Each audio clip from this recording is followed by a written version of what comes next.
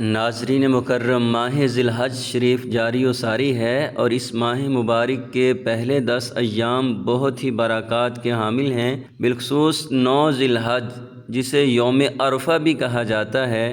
اس دن کی برکات بہت زیادہ ہیں اور اس دن روزہ رکھنے کا حکم دیا گیا ہے۔ پیارے آقا صلی اللہ علیہ وآلہ وسلم ارشاد فرماتے ہیں، فرمایا یوم عرفہ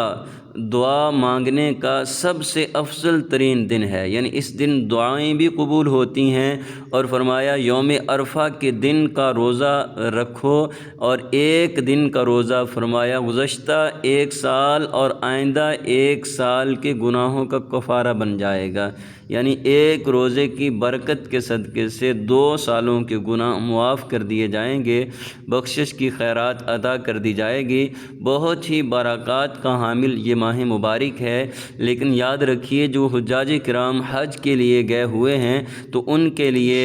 روزہ رکھنا یہ جائز نہیں ہے، کیونکہ ان کے لیے ارکان حج ادا کرنا صحیح معنوں میں وہ ضروری ہے۔ اس لیے پیارے آقا صلی اللہ علیہ وسلم نے